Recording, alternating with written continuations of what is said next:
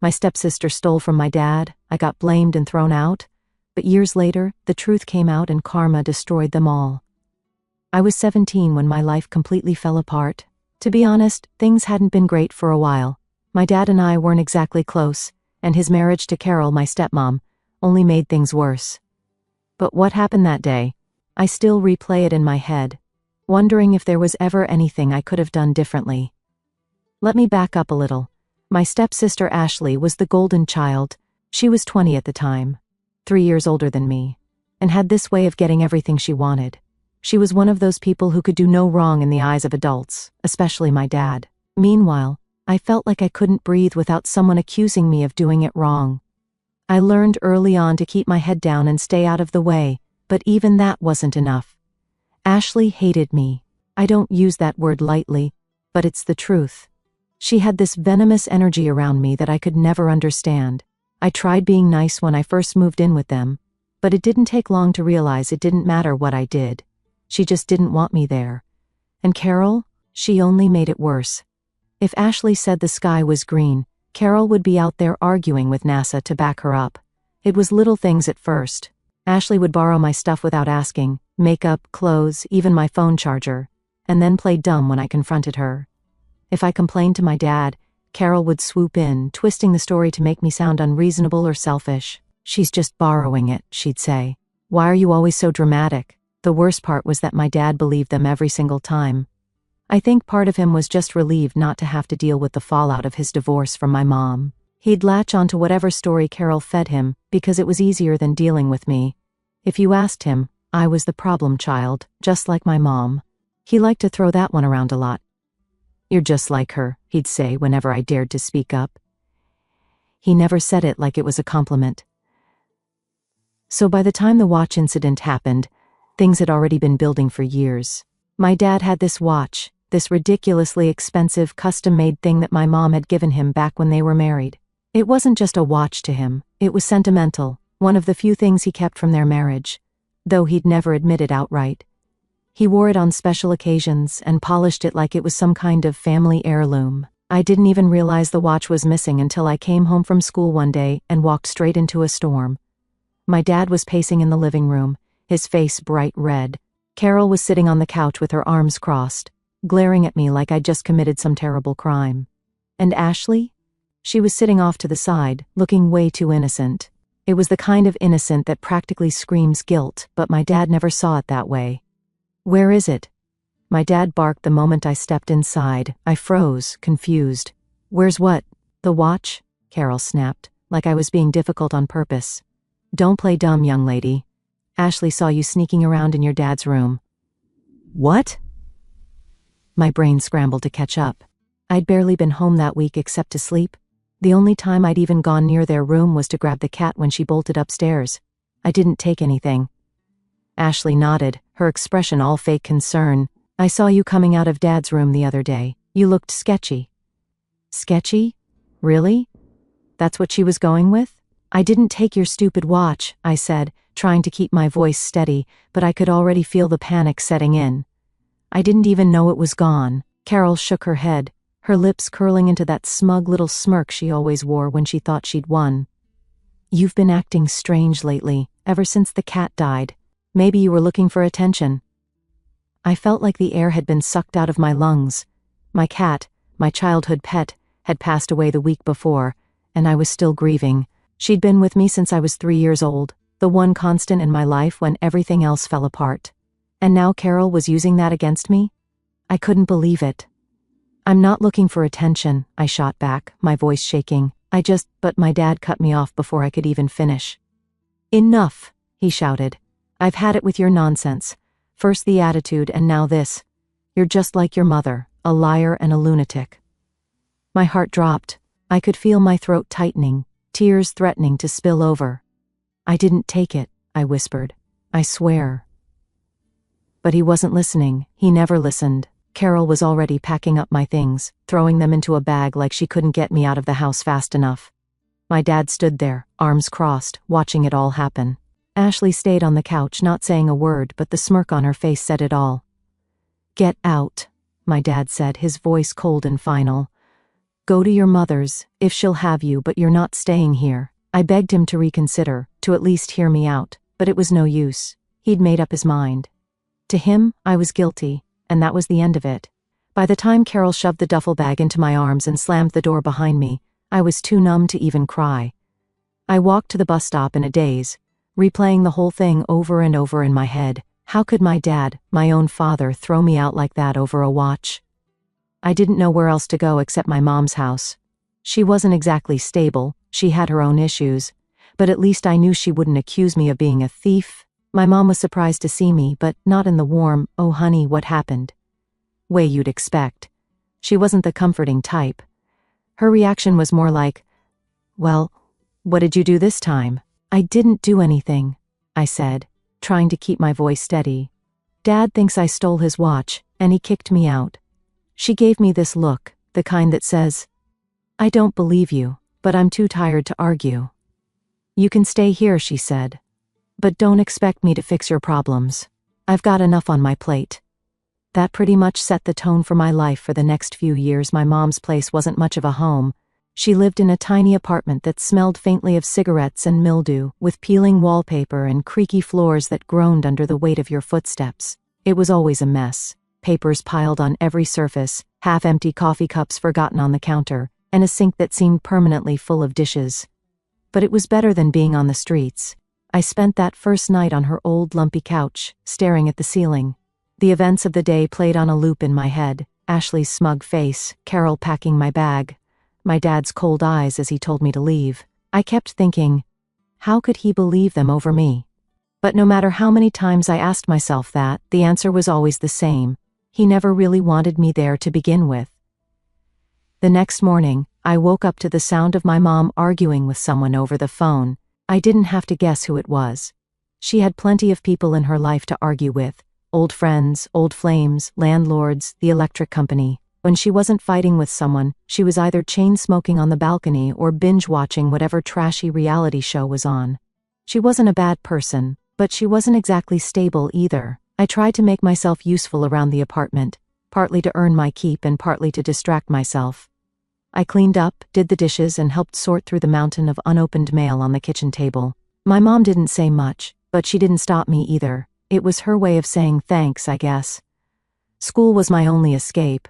I was in my senior year of high school, and while most of my classmates were worrying about prom and college applications, I was just trying to survive. I got up early every morning to take the bus, spent my days keeping my head down in class, and worked part-time at a fast food joint after school to save up some money. It wasn't glamorous, but it was something. The hardest part was pretending everything was fine. I didn't want to tell anyone what had happened.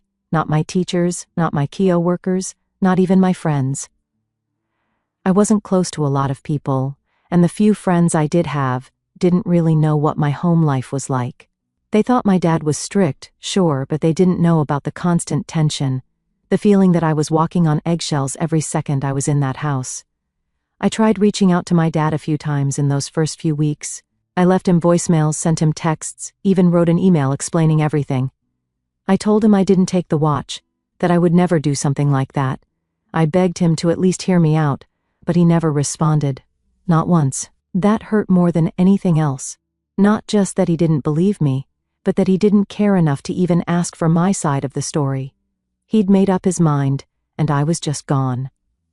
Meanwhile, Ashley and Carol? They were living their best lives. I saw pictures on social media, Ashley at some fancy brunch, Carol showing off a new handbag, and it made me sick. They didn't just win, they got to keep living comfortably while I was struggling to scrape by. It wasn't fair, but what could I do? They had my dad wrapped around their fingers, and I had nothing. My mom, for all her faults, didn't make me feel like a burden, not exactly. But she wasn't exactly a warm presence either. She had her own issues to deal with, and I was just another body in her already cramped apartment. She let me stay as long as I kept out of trouble, but it was clear I couldn't rely on her for much beyond that. Still, I kept going. I graduated high school, which felt like a miracle in itself. My mom didn't come to the ceremony, but I didn't expect her to. It was just me, sitting in the back row with the other kids who didn't have a cheering section. I didn't even have anyone to take a picture with, but I was proud of myself for making it that far. After graduation, I worked full-time at the fast food place while saving up for college. My mom didn't have the money to help, and my dad? Forget it. He didn't even acknowledge my existence anymore. But I managed to scrape together enough for community college, and eventually, I transferred to a university. It wasn't easy, nothing in my life ever was, but I made it work. Over time, the pain started to dull. I stopped checking my phone for messages from my dad. I stopped thinking about Ashley and Carol, about the life they stole from me. I focused on myself, on building a life that didn't depend on anyone else. It wasn't much, but it was mine. 4 years passed like that. I graduated from college with a degree I was actually proud of and got my first real job. It wasn't glamorous, but it paid the bills and gave me a sense of independence I'd never had before. My mom was proud in her own way, even if she didn't always know how to show it. And for the first time in a long time, I felt like I was starting to move on. Then, out of the blue, I got an invitation to my grandpa's 75th birthday party. I wasn't sure what to think at first. After everything that had happened with my dad, I hadn't expected to hear from anyone on that side of the family.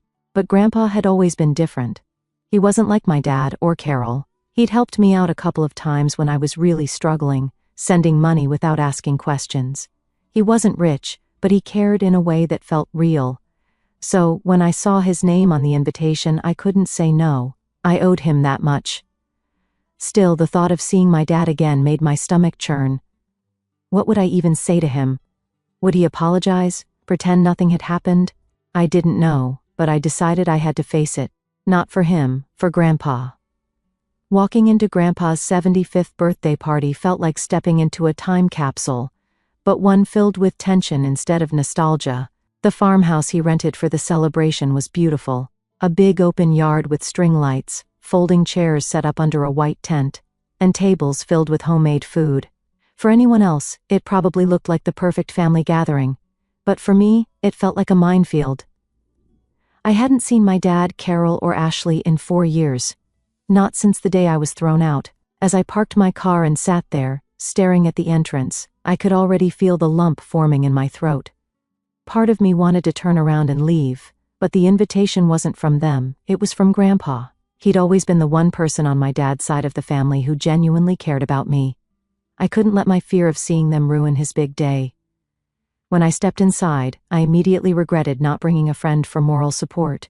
The first people I saw were distant cousins and relatives I hadn't spoken to in years. A few smiled and waved, but most barely recognized me. I felt like an outsider, like I didn't belong. But then I spotted Grandpa standing near the drinks table, chatting with one of his friends. He looked so happy. His face lit up with the kind of joy you only see on someone who's truly content.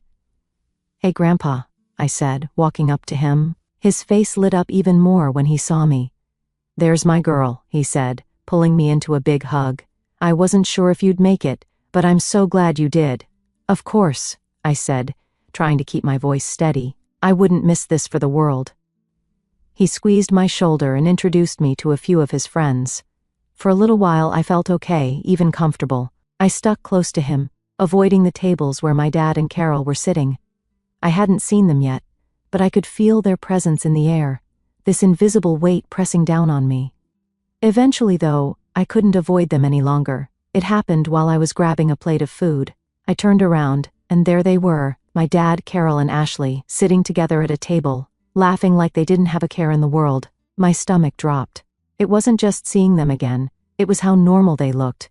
Like the last 4 years had been a vacation for them while I'd been clawing my way back from rock bottom. My dad caught my eye first. His face froze for a moment, like he wasn't expecting to see me. Then he quickly looked away, pretending I wasn't there. Carol glanced up, and when she saw me, her lips curled into that same smug smile she always wore, the one that made me want to scream. Ashley didn't even acknowledge me. She was too busy scrolling on her phone, acting like none of this had anything to do with her. I took a deep breath and walked away.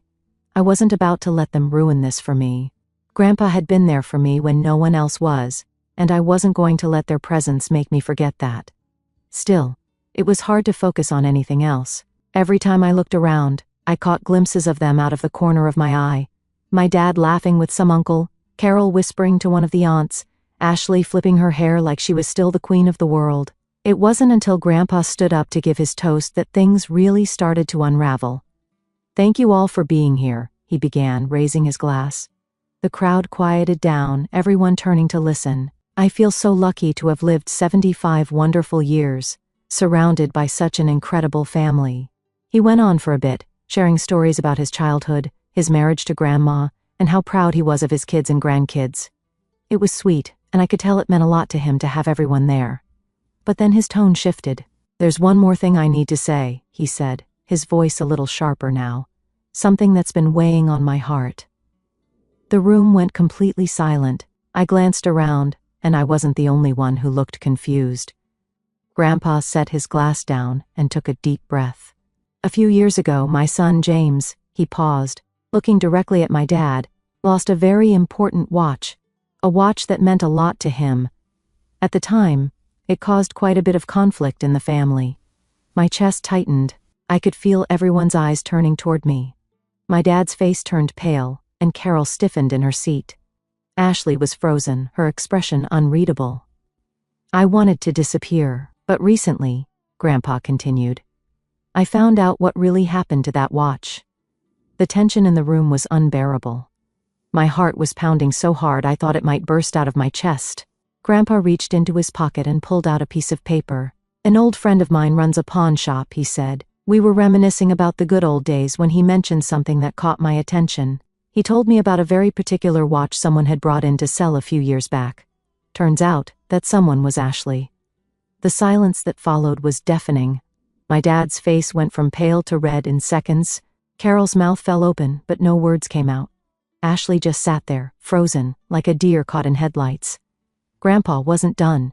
"According to my friend, Ashley said she needed the money for car repairs after an accident she didn't want her father to know about. She told him she'd figure out a way to cover her tracks, and it seems she did, by blaming someone else." All eyes were on Ashley now. My dad turned to her, his voice low and shaking. "Ashley, is this true?" She stammered, her face flushing. "I didn't mean—" Carol jumped in, trying to salvage the situation. "James, she was young. She made a mistake." "A mistake?" Grandpa's voice cut through the air like a knife. "You destroyed someone's life over a mistake. You let this girl," he gestured toward me, "be kicked out of her home while you sat back and did nothing. That's not a mistake, Carol. That's cruelty." I couldn't stay. My head was spinning, my chest felt tight, and I could barely breathe.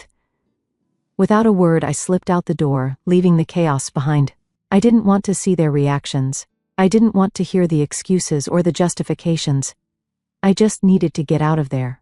As I walked to my car, I felt a strange mix of emotions: relief, anger, sadness, and something I couldn't quite name. After all these years, the truth was finally out. But it didn't feel like a victory. It just felt hollow. When I slipped out of Grandpa's party that night, I felt like I'd been hit by a truck. My emotions were all over the place.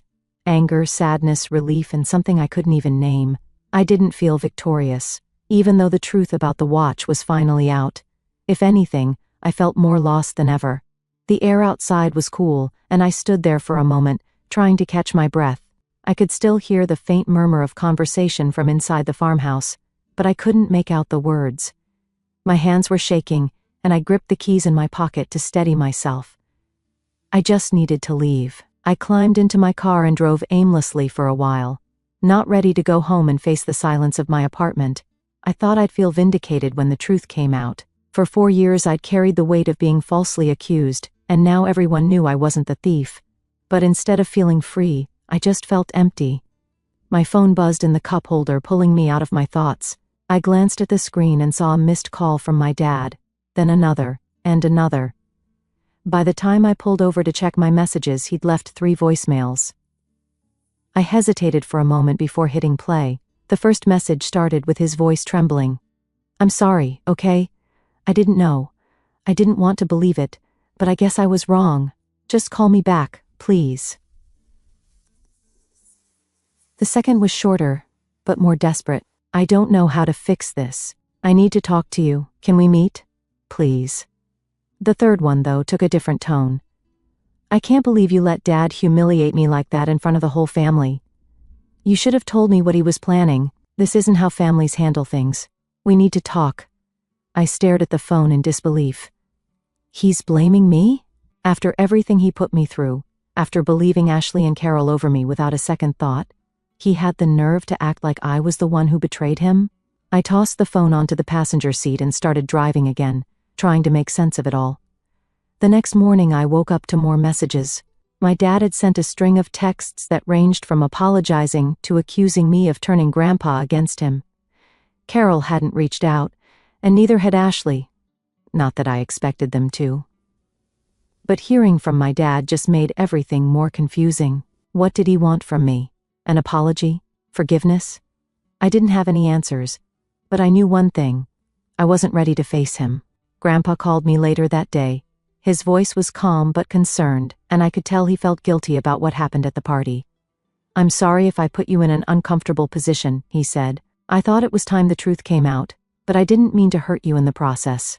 "It's not your fault," I said quickly, and I meant it. If it weren't for Grandpa, the truth might never have come out. "I'm glad you said something. I don't know how to feel about any of it." He was quiet for a moment. "Take your time," he said. "You don't have to figure it all out right now, but just know, whatever you decide, whether you want to talk to your dad or not, I'll support you." Hearing those words made me tear up. Grandpa had always been the one steady presence in my life.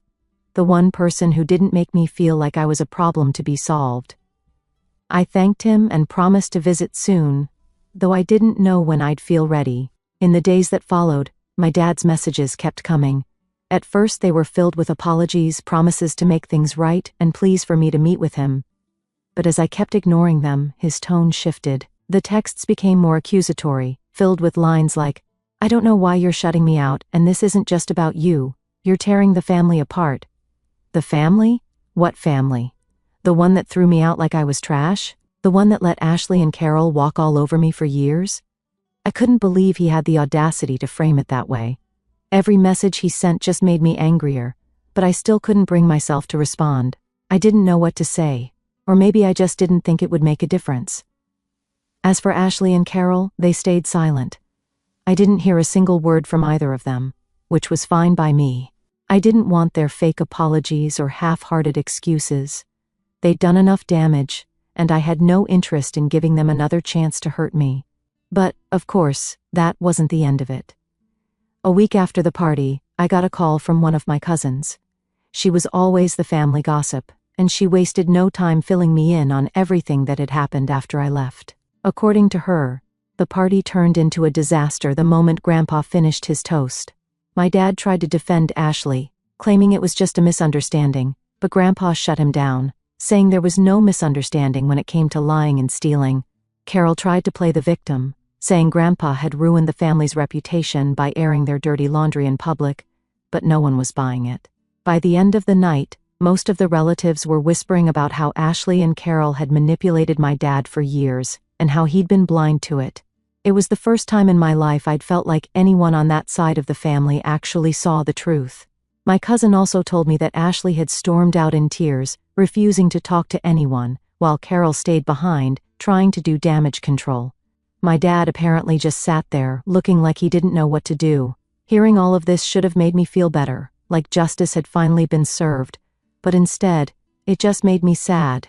Sad that it had taken this long for the truth to come out. Sad that my dad was only realizing now how much he'd screwed up. Sad that even with the truth out in the open, I still didn't feel like I'd gotten any closure. A few days later, my dad showed up at my apartment. He didn't call ahead or ask if I was home. He just knocked on the door like he had every right to be there. When I opened it and saw him standing there, I felt my chest tighten. He looked tired, older than I remembered, and his eyes had this desperate look in them that I didn't know how to process. "We need to talk," he said. I stood there for a moment, gripping the edge of the door. Part of me wanted to slam it in his face, but another part of me, the part that still craved his approval no matter how much I hated it, told me to hear him out. "Fine," I said, stepping aside to let him in. "Talk." I stood there, gripping the edge of the door, as my dad shuffled into my apartment. He looked smaller than I remembered, like the weight of everything that had happened had finally caught up to him. He didn't say anything at first, just glanced around my apartment like he was trying to place me in this new version of my life. I crossed my arms and waited, my stomach twisting into knots. "Nice place," he said awkwardly, finally breaking the silence. "Thanks," I replied flatly. I wasn't going to make this easy for him, not after everything. "What do you want?" He looked at me like I'd just slapped him, but I didn't feel bad about it. He wasn't here to catch up or make small talk. He had a purpose, and I wasn't going to let him dance around it. I came to apologize," he said, running a hand through his hair. "I know I screwed up, big time. I should have believed you and I didn't. I let them convince me you were lying, and that was wrong." I stared at him, trying to gauge whether he actually meant it or if he was just saying what he thought I wanted to hear. "It took you 4 years to figure that out?" His shoulders sagged, and he looked down at the floor. "I know. I was blind. I wanted to believe Carol and Ashley because it was easier than admitting that my family wasn't perfect. I didn't want to face the fact that they could lie to me like that. And I don't know. Maybe I was afraid you'd turn out like your mom." There it was, the thing he always threw in my face. I felt my jaw tighten. "You mean the mom you divorced and called crazy every chance you got?" He winced but didn't argue. "I know I said some things I shouldn't have, about her, about you. I was wrong, and I see that now." "You see it now?" I shot back, my voice rising. "It took Grandpa blowing up your perfect little bubble for you to even consider that maybe I wasn't the problem. Do you have any idea what it was like for me, being thrown out like I was nothing? And for what? A watch Ashley stole to fix her car?" "I know," he said quietly. "I can't imagine how much that hurt you." I laughed bitterly. "You can't imagine? You don't have to imagine, Dad. You lived it. You made it happen." He flinched, and for a moment I thought he was going to leave. Part of me hoped he would, but instead, he took a deep breath and looked me in the eye. "You're right," he said. "I failed you as a father. I let you down when you needed me most. And I don't deserve your forgiveness. But I'm asking for it anyway." The sincerity in his voice caught me off guard for a second. I didn't know what to say. Part of me wanted to forgive him, to let go of the anger that had been eating at me for years. But another part of me, the part that still felt like a 17-year-old kid standing on the sidewalk with a duffel bag, couldn't let him off the hook so easily. "I don't know if I can forgive you," I said finally. "Not yet, anyway." He nodded, like he expected that answer. "I understand. I want to fix things if I can. I want to be part of your life again."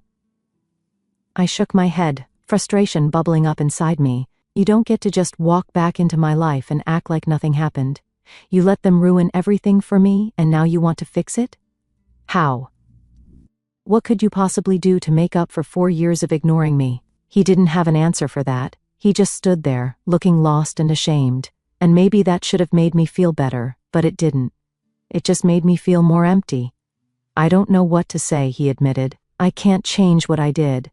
All I can do is tell you how sorry I am, and hope you'll give me a chance to make things right." I stared at him for a long moment, my mind racing. Part of me wanted to scream at him, to make him feel even a fraction of the pain I'd felt all those years. But another part of me just felt tired. Tired of carrying the anger, tired of reliving the betrayal, tired of trying to figure out what I owed him, if I owed him anything at all. "I need time," I said finally. "I can't just let this go. I need to figure out where I stand with you." He nodded again, his face heavy with emotion. "Take all the time you need. I'll be here when you're ready." For a moment I almost felt sorry for him, but then I remembered all the nights I spent crying myself to sleep, all the times I begged him to listen to me, and the sympathy vanished. "I think you should go," I said, stepping back toward the door. He hesitated, like he wanted to say more, but then he nodded and walked past me. "I'm sorry," he said again as he stepped out into the hallway. "For everything." I closed the door behind him and leaned against it, my chest heaving with a mix of emotions I couldn't even name. Relief, sadness, anger, closure maybe. I wasn't sure yet. In the days that followed, I started to process everything. Grandpa called to check in on me, and I told him about the conversation with my dad. He didn't try to push me one way or the other, just listened and let me vent. It helped more than I expected. My dad kept his promise and didn't contact me again, though I knew the door was open if I ever wanted to reach out. As for Ashley and Carol, I didn't hear a peep from them, and that was perfectly fine with me. I didn't need or want their apologies.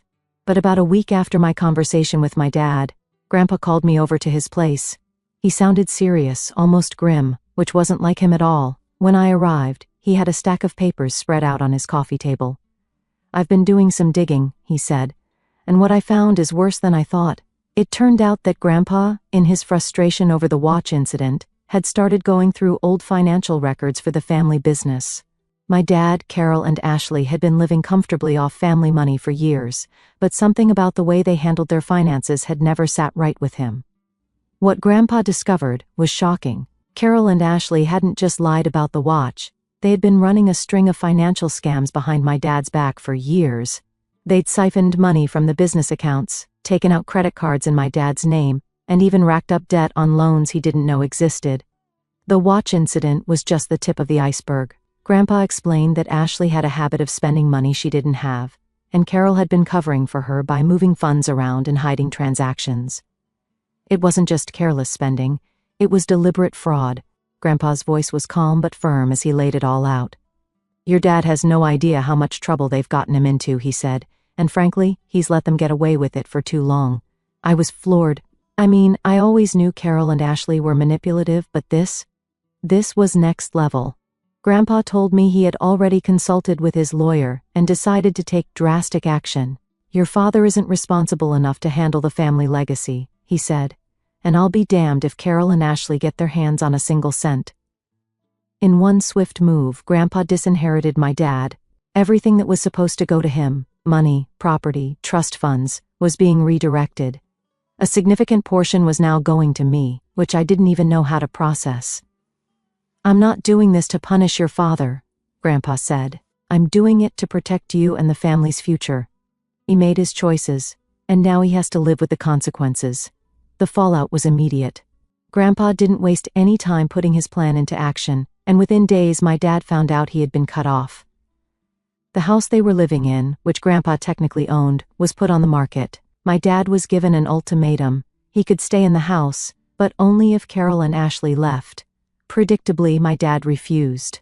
Carol and Ashley were his family after all, and he couldn't imagine turning his back on them. So Grandpa followed through and began the process of evicting them. They had 30 days to vacate. The news sent Carol into a tailspin. She tried everything, begging, guilt-tripping, even threatening to sue Grandpa. But none of it worked.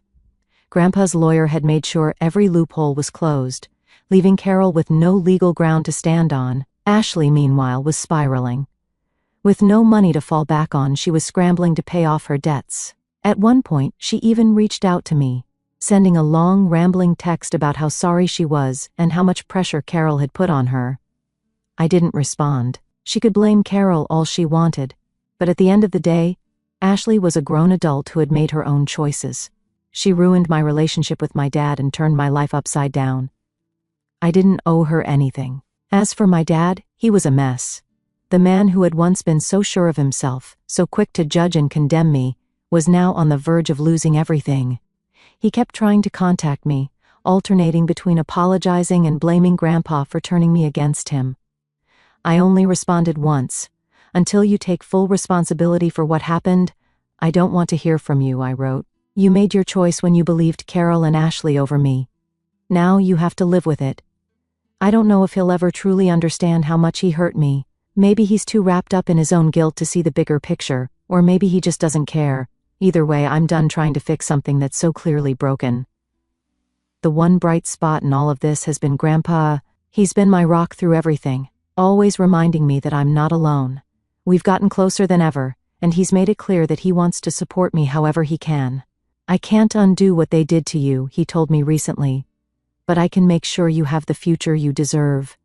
Hearing that means the world to me. For so long, I felt like I didn't matter to anyone, but now I know that's not true. The dust is still settling. My dad, Carol, and Ashley are out of the house and trying to figure out their next move. Carol filed for divorce, probably thinking she could get a big payout, but there's nothing left for her to take. Ashley has gone radio silent, which is fine by me. As for me, I'm finally at peace. I don't know what the future holds, but for the first time in years, I feel like I'm in control of my own life. Grandpa was right, they made their bed, and now they have to lie in it.